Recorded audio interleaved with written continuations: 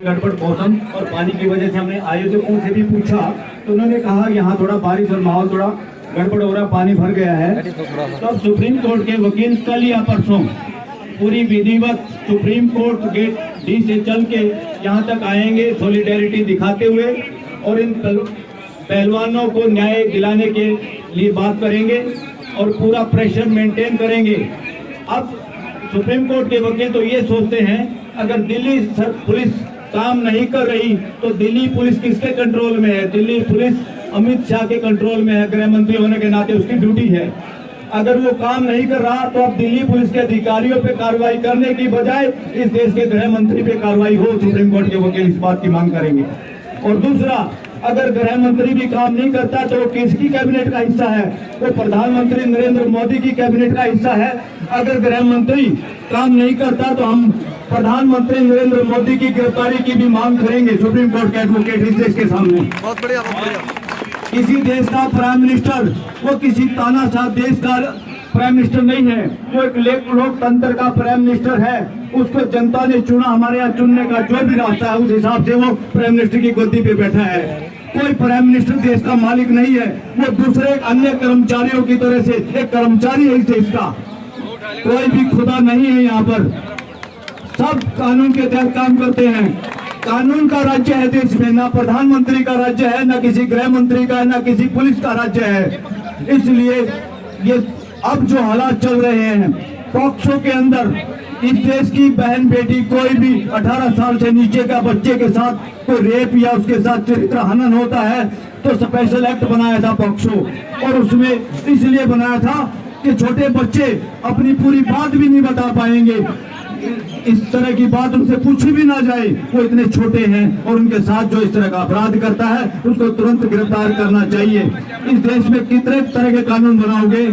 एक आम आदमी के लिए कानून और एक खास आदमी। कौन है वो खास आदमी? इससे साबित होता है देश में लोकतंत्र नाम की चीज नहीं है, देश में शासन तंत्र है। साथियों, शासन तंत्र उसको कहते हैं जहाँ एमपी गुंडागर्दी करते हैं, मिनिस्टर और प्राइम मिनिस्टर उसको बचाते हैं, उसका नाम शासन है।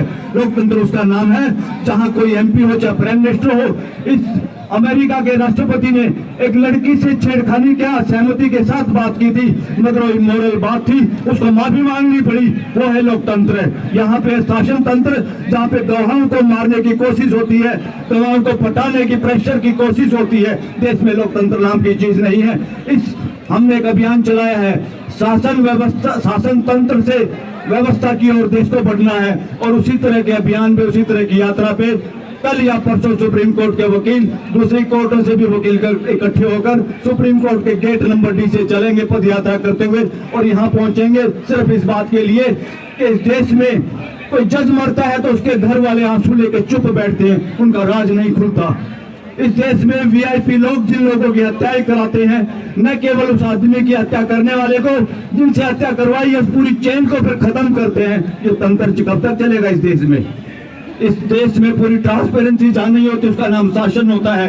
वहाँ राजा मानसिकता में गड़बड़ होती है, अपने आप को राजा समझते हैं और वो छुप के पूरी अय्यासी भी करते हैं, ठगी भी मारते हैं और आम आदमी को ईडी और इनकम टैक्स में फंसाते हैं। इस देश का प्राइम मिनिस्टर, इस देश का गृह मंत्री अगर झूठ पकड़ने वाली लाई डिटेक्टर पे बिठा दिया जाए तो सबके एफिडेविट झूठे हैं।